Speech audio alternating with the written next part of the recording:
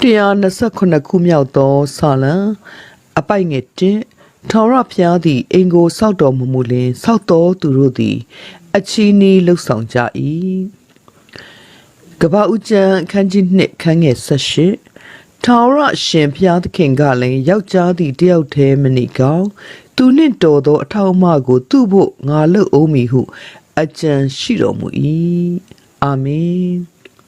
ဒီတစ်ပတ်ဟာခရစ်ယာန်အိမ်တောင်ရက်တစ်ပတ်အဖြစ်နဲ့ကျွန်တော်ယုံကြည်သူတွေဟာဝတ်ပြုကိုးကွယ်ကြပါတယ်ခရစ်ယာန်အိမ်တောင်လို့ပြောတဲ့အခါမှာလောကမှာနေတဲ့သူတွေလူသားတွေဟာတော့ယောက်ျားမိန်းမအိမ်တောင်တွေပြုကြတယ်လူမျိုးဘာသာမရွေးအိမ်တောင်အမှုကိုပြုကြပါတယ်သို့တော်လည်းယုံကြည်သူတွေအတွက်အိမ်တောင်ဆိုတဲ့အရာကနော်မတူပါဘူးအခြားသောဘာသာဝင်တွေအခြားသောသူတွေနဲ့မတူပါဘူးအခြားသောဘာသာဝင်တွေရဲ့လက်ထက်ချင်းဟာလူမှုရေးကဏ္ဍတစ်ခုလိုပဲသတ်မှတ်တယ်ယုံကြည်သူတွေရဲ့အိမ်တော်ပြုခြင်းကကြတော့ဘုရားသခင်ကိုယ်တိုင်စုံဖက်ပေးတဲ့ထမ်းဖို့တင်တဲ့အိမ်တော်လို့ပြောကြတယ်ဘုရားရှိလူရှိမှမပြတ်ပြဲနိုင်တဲ့သစ္စာပြုခြင်းပဲဖြစ်ပါတယ်ဒီနေ့လောကမှာတိဆောက်ထားတဲ့လူအဖွဲ့အစည်းတွေအမျိုးမျိုးရှိကြတဲ့အထက်ကအိမ်ထောင်ဆိုတဲ့အဖွဲ့အစည်းကဘာနဲ့မှမတူပါဘူးဘာနဲ့မှနှိုင်းယှဉ်လို့မရပါဘူးတန်ဖိုးကြီးတဲ့အဖွဲ့အစည်းတစ်ခုဖြစ်တယ်လို့အတိုက်အမြုံလေးတစ်ခုလည်းဖြစ်ပါတယ်တင့်ဝင်လှုပ်ရှားနေတဲ့မိသားစုလေးလည်းဖြစ်ပါတယ်ကျွန်တော်တို့အသက်အရွယ်ကြီးလာလို့အိမ်တောင်နေပြုတ်ကြရင်အိမ်တောင်ကိုစီကွဲသွားကြတော့တယောက်တနေရာစီမှာခွဲခွာလဲနေကြရပေမဲ့မိခင်ဖခင်နေနဲ့အတူတူနေထိုင်ခဲ့ရတဲ့အင်္ဂလိပ်ဟာတော့ကျွန်တော်တို့အတွက်တန်ဖိုးအကြီးဆုံးအရာလေးဖြစ်တယ်အဲ့ဒီအင်္ဂလိပ်ဟာသက်ဝင်လှုပ်ရှားနေတယ်တော့ဒီနေ့ကျွန်မအိမ်ကိုပြန်တဲ့အခါတိုင်းမှာဖခင်မရှိတော့ပေမဲ့ဖခင်ရဲ့အရေးအယောင်တွေကိုမြင်ရတယ်ဖခင်ရဲ့အခန်းထဲကိုဝင်ကြည့်လိုက်တဲ့အခါဖခင်ရဲ့အငွေ့အသက်တွေကိုတွေ့ရတယ်ဘယ်နေရာမှာဒီဖခင်ကတော့ဘာလေးတွေလှုပ်တက်လဲဘလို့ထိုင်တက်လဲသူမနဲ့မိုးလင်းလာရင်သူဘာလုပ်လဲဒီအရာလေးတွေကမျက်စိထဲမှာမြင်ရောင်နေမိတယ်ထို့နည်းတူစွာပဲညီကိုမောင်နှမတွေကလည်းကိုယ်အိမ်တောင်သူ့အိမ်တောင်နဲ့တယောက်တနေရာစီမှာရှိကြပေမဲ့ငယ်ရွယ်စဉ်တုန်းကအတူတူနေခဲ့ရတဲ့ဒီအိမ်တောင်မိသားစုလေးထဲမှာပျော်ရွှင်စရာကောင်းတဲ့အကြောင်းအရာလေးတွေကိုပြန်တွေးပြီးလွမ်းမိုးကြတယ်ဒါကြောင့်အိမ်တောင်လို့ပြောတဲ့အခါမှာချစ်ချင်းမြတ်တာတွေနဲ့ဖွဲ့စည်းထားတယ်ယုံကြည်မှုတွေနဲ့ဖွဲ့စည်းထားတယ်ဒီခွင့်လွတ်ခြင်းတွေနဲ့ဖွဲ့စည်းထားပါတယ်ဒီအိမ်တောင်ဆိုတဲ့အရာကအခြားသောအဖွဲ့အစည်းတွေနဲ့မတူပါဘူးနားလည်မှုတွေရှိတယ်တာဝန်ယူမှုတွေရှိတယ်တယောက်ကိုတယောက်ဂရုစိုက်မှုတွေရှိတယ်ဒါကြောင့်ကဘာကြီးမှာ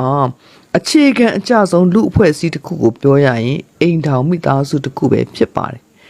ကမ္ဘာဦးစမှာကလေးကဘုရားသခင်ကနော်သူလူအားတန်းကိုဖန်ဆင်းပြီးတဲ့နောက်မှာသူဟာတယောက်တည်းမနေကောင်းဘူးသူနဲ့တော်တဲ့အထောက်အမကိုသူ့အဖို့ငါလုပ်အောင်မယ်လို့အကြံရှိတဲ့အတွက်အေဝါကိုဖန်ဆင်းခဲ့တယ်ဘုရားသခင်ဖန်ဆင်းခဲ့တဲ့ဒီလူသားနှစ်ဦးဟာဘုရားရဲ့အကြံစီတော်ထဲမှာငြိမ်းချမ်းသာရတဲ့အိမ်တော်တစ်ခုကဘာကြီးတစ်ခုဖြစ်ဖို့ဘုရားမျှော်လင့်ခဲ့ပေမဲ့ဒီလူသားနှစ်ဦးဟာဘုရားရဲ့စကားကိုနားမထောင်ခဲ့တဲ့အတွက်လောကကြီးထဲမှာအပြစ်တရားကဝင်ရောက်လာပြီးတော့ဘုရားသခင်ရဲ့အကြံစီမူလအကြံစီဟာပြည့်ပြည့်ခဲ့ရတယ်ဒီဘုရားရဲ့စကားကိုနားမထောင်တဲ့အတွက်ကြောင့်မို့ဒီမိသားစုထဲမှာနာကျင်ခြင်းတွေပင်ပန်းခြင်းတွေရင်ဆိုင်ကြုံတွေ့ခဲ့ရပါတယ်ဒီနေ့ဖခင်ရဲ့သားသမီးဖြစ်တဲ့ကျမတို့တွေဟာဖခင်သခင်ရဲ့စကားကိုနားထောင်ပြီးအိမ်တော်မိသားစုမှာဖခင်ရဲ့အုပ်စိုးခြင်းကိုဝန်ခံဖို့လိုအပ်ပါတယ်ဒီနေ့ခရစ်ယာန်အိမ်တော်လို့ပြောတဲ့အခါမှာကျမတို့ဟာတော့ခင်မွန်းတဲ့ရဲ့အုပ်စိုးခြင်းဇနီးတဲ့ရဲ့အုပ်စိုးခြင်းဆိုတာထက်ဖခင်သခင်ရဲ့အုပ်စိုးခြင်းကိုဝန်ခံဖို့လိုအပ်ပါတယ်ဖခင်သခင်ရဲ့အုပ်စိုးခြင်းကိုဝန်ခံတဲ့အိမ်တော်မိသားစုဟာဖခင်ရဲ့အလိုတော်ထဲမှာအသက်ရှင်လျှောက်နှံနိုင်မှာဖြစ်ပါတယ်ဖခင်သခင်ရဲ့အုပ်စိုးခြင်းကိုဝန်ခံပြီးတဲ့နောက်ကျွန်တော်တို့အိမ်တော်မိသားစုရဲ့လောက်ကင်သမျှတွေဟာဖခင်သခင်ကိုဗဟုပြုတဲ့အိမ်တော်ဖြစ်ဖို့လိုအပ်ပါတယ်ဒီနေ့အိမ်တော်တစ်ခုမှာစီးပွားရေးလူမှုရေးတော့စားဝတ်နေရေးအတွက်တာဝန်ယူတဲ့အခါမှာ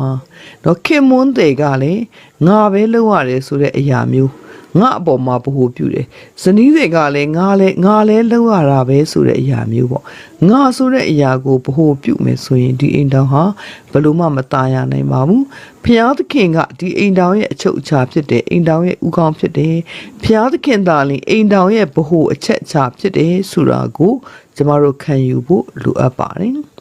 နံပါတ်3တစ်ချက်ကတော့ဖျားသခင်ကိုသာဝတ်ပြုကိုးကွယ်တဲ့အိမ်တောင်ဖြစ်ဖို့လိုအပ်ပါတယ်အိမ်တော်တစ်ခုမှာဝတ်ပြုကိုးကွယ်ခြင်းမရှိဘူးဆိုရင်ဒီမိသားစုဝတ်ပြုကိုးကွယ်ခြင်းမရှိဘူးဆိုရင်ဒီအိမ်တော်မှာစာတန်ရဲ့လှည့်စားမှုတွေနဲ့စာတန်ရဲ့တိုက်ခိုက်မှုတွေကိုကြုံတွေ့ရမှာဖြစ်ပါတယ်ဝတ်ပြုကိုးကွယ်ခြင်းဆိုတာကအမြင့်ဆုံးသောဖခင်ကိုချီးမွမ်းခြင်းထိုက်တန်တဲ့ဖခင်တော့ပြည့်စုံတဲ့ဖခင်ကိုကိုးကွယ်ခြင်းပဲဖြစ်ပါတယ်ဒီနေ့ဖခင်သခင်ဟာကျမတို့အိမ်တော်ရဲ့အရှင်သခင်ဖြစ်တယ်ဆိုတာကိုဝန်ခံဖို့ရန်အတွက်အိမ်တော်တိုင်းမှာအထူးပဲအရေးကြီးပါတယ်ခရစ်ယာန်အိမ်တော်အများစုဟာဝတ်ပြုကိုးကွယ်ဖို့ခွန်အားနည်းနေကြတယ်ယောရှုဟာသူ့ရဲ့ဒီလူမျိုးတော်တွေကိုခေါ်ပြီးတော့မှအသက်အရွယ်ကြီးတဲ့အခါမှာ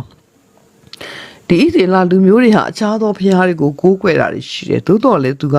ငါနဲ့ငါအိမ်သားဖြစ်ရင်ထာဝရဘုရားကိုသာဝတ်ပြုမယ်လို့သူကပြောခဲ့ပါတယ်ဒီနေ့ယောရှုကဲ့သို့ပဲကျမတို့ရဲ့အိမ်တောင်တိုင်းအိမ်တောင်တိုင်းမှာဘုရားခင်ကိုဝတ်ပြုကိုးကွယ်တတ်ဖို့အရေးကြီးပါတယ်ကျမဖခင်ဟာသူအသက်မသေးဆုံးခင်မှာကျမတို့ညဝတ်ပြုတိုင်းမနေ့ဝတ်ပြုတိုင်းမှာအမြဲတမ်းရွတ်ရတဲ့ကျမ်းစာတစ်ပိုက်ဖြစ်တယ်အဲ့ဒီကတော့ယောရှုမှတ်စာ24ဖြစ်ပါတယ်ငါနဲ့ငါအိမ်သားဖြစ်ရင်ထာဝရဘုရားကိုသာဝတ်ပြုမယ်။တော့ဒီနေ့ဖခင်ကြီးရဲ့ယုံကြည်ခြင်းအပြင်အသက်ရှင်နေရှိနေသေးတဲ့မိခင်ကြီးရဲ့ယုံကြည်ခြင်းအပြင်ကျမတို့အိမ်တော်မိသားစုတွေမှာအခက်ခဲတွေအများကြီးရှိပါတော့လဲ။ဖြတ်သန်းခဲ့ရတဲ့ကြက်တဲမှုတွေနဲ့ခွင့်မလွတ်နိုင်စရာအခြေအနေတွေအများကြီးရှိပါတော့လဲ။ဒီချစ်ချင်းမေတ္တာတရားနဲ့လွှမ်းခြုံပြီးတရားကိုတရားခွင့်လွှတ်ခြင်းနားလည်ခြင်းနဲ့ဆက်ပြီးတော့သွားကြတဲ့အခါမှာဒီနေ့အိမ်တော်ဟာခရစ်ယာန်အိမ်တော်အနေနဲ့ဆက်လက်ပြီးတော့ရက်တည်နိုင်ခွင့်ရပါတယ်ချစ်တော်မိတ်ဆွေများလောကမှာတည်ဆောက်ထားတဲ့လူအဖွဲ့အစည်းအမျိုးမျိုးရှိတဲ့အထက်ကအိမ်တော်ဟာအခြေခံအကျဆုံးလူအဖွဲ့အစည်းတစ်ခုဖြစ်တယ်လို့ဘာနဲ့မှမတူတဲ့တန်ဖိုးကြီးတဲ့အဖွဲ့အစည်းပျော်ရွှင်စရာကောင်းတဲ့အစည်းဖြစ်တဲ့အတွက်ဒီနေ့ကျမတို့ရဲ့အိမ်တော်မိသားစုတွေရဲ့အသက်တာကိုပြန်လဲဆန်းစစ်ရအောင်တချို့ကလည်းအခုချိန်ထိကိုယ့်ရဲ့မိခင်ဖခင်နဲ့နေရတဲ့သူတွေရှိပါလိမ့်မယ်အချို့ကလည်းမိခင်ဖခင်အိမ်ကနေပြီးတော့မှထွက်ခွာပြီးတော့ကိုယ့်ရဲ့အိမ်တော်မိသားစုနဲ့အတူတူရှိနေတဲ့သူတွေလည်းရှိပါမယ်ဘလို့ပဲဖြစ်ပါစေမိဘတွေနဲ့အတူတူနေထိုင်ခဲ့ရတယ်မောင်နှမတွေနဲ့အတူတူနေထိုင်ခဲ့ရတဲ့အိမ်တော်ကိုလည်းဘုရားသခင်ကဥဆောင်ခဲ့တယ်လို့ယနေ့ကျမတို့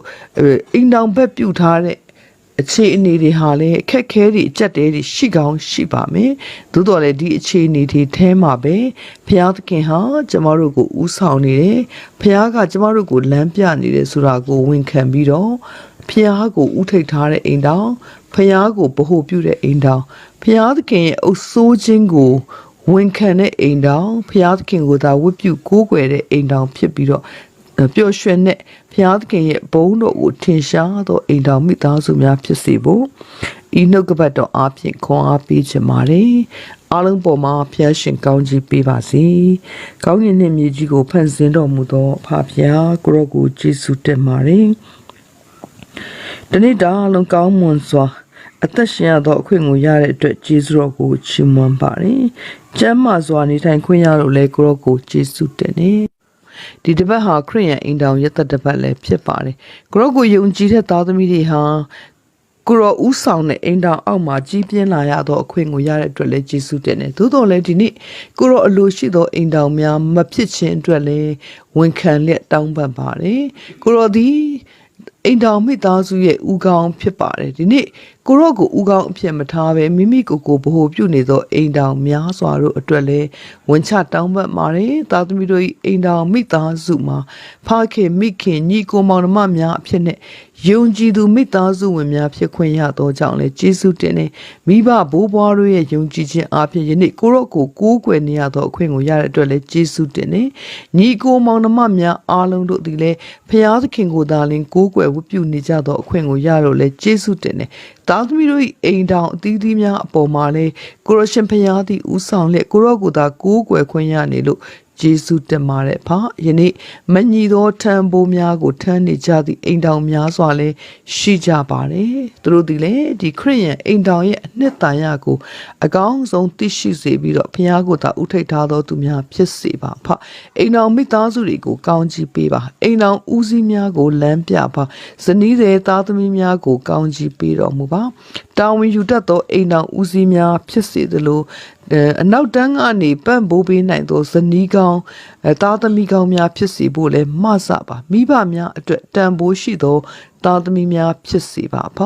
သားသမီးများအတွက်လည်းမိခင်ကောင်းဖခင်ကောင်းများဖြစ်စေပါဇနီးကောင်းခင်ပွန်းကောင်းများဖြစ်စေပါအိုးဖျာရှင်ယနေ့သားသမီးတို့၏အသက်တာမိသားစုအလုံးတို့အပေါ်မှာကိုရောတာဝန်ယူတဲ့အရာတွေအတွက်ကျေးဇူးတင်တယ်လို့ဆက်လက်ပြီးကိုရောပို့ဆောင်ပေးနေသောအရာများအတွက်လည်းကျေးဇူးတော်ကိုချီးမွမ်းပါတယ်သားသမီးတို့ရဲ့အသက်တာကိုလမ်းပြပို့ဆောင်ပါ